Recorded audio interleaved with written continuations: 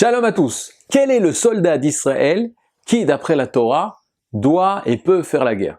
C'est très simple. La Mishnah dans Masechet, dans le traité Sota, dit « Toute personne qui n'a pas peur, il peut partir en guerre. » Mais la personne qui a peur, alors il doit quitter le camp et il doit ne pas partir à la guerre.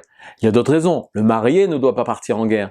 Une autre raison, une personne qui a inauguré, qui n'a pas encore inauguré justement sa maison, ne peut pas partir à la guerre. Mais la Mishnah dans Masechet Sota, dans le traité Sota, dira on parle d'un cas où c'est une guerre milchemet reshut, une guerre permissive, c'est-à-dire c'est pas une guerre obligatoire, c'est pas une guerre qui relève d'une mitzvah. Par contre, dit la Mishnah, lorsqu'il s'agit d'une guerre qui relève d'un commandement, milchemet mitzvah, alors tout le monde a l'obligation de partir. Yetze chatan mechedro, même le chatan, le jeune marié, quittera la chambre nuptiale.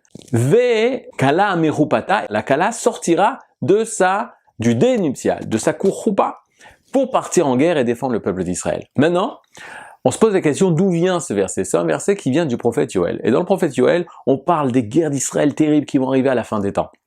Et dans ces guerres, Isfouze Kenim, dit le prophète Yoël, on doit rassembler les vieillards, les nourrissons, les bébés, et on fera sortir même le Kala et la Khatan pour aller partir en guerre. Mais le verset d'avant nous précise quand est-ce que ça va se passer.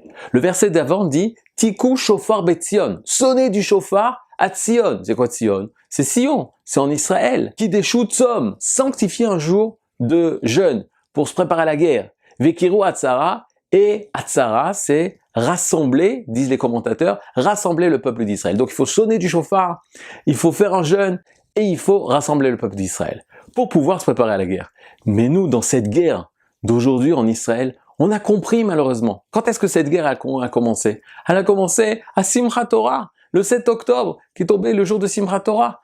Et on voit d'après le verset l'ordre des choses. Tikou shofar betzion, c'est en Rosh Hashanah. Kideshu tzom, sanctifié le jour de jeûne. Kippour. Kireu atzara. Atzara, c'est non seulement la rassembler, mais c'est Atzeret, c'est Shmini Atzeret, le 8e jour qui est appelé la fête de clôture, où tombe Simchat Torah. Et là, d'après les versets de Yoël, on voit que cette guerre était marquée déjà dans les psukim. Mais à la fin, que va-t-il se passer? À la fin, Baruch Hashem, les psukim, les derniers versets de Yoël disent qu'il y aura la destruction de toutes les personnes qui nous ont fait du mal. L'Égypte, Édom. Ils nous ont fait du Hamas, ils nous ont fait de la violence.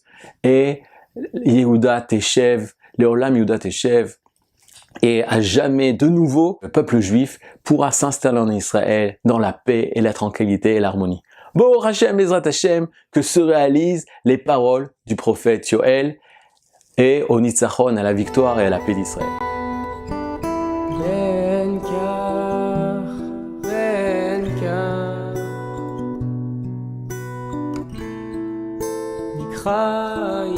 Beni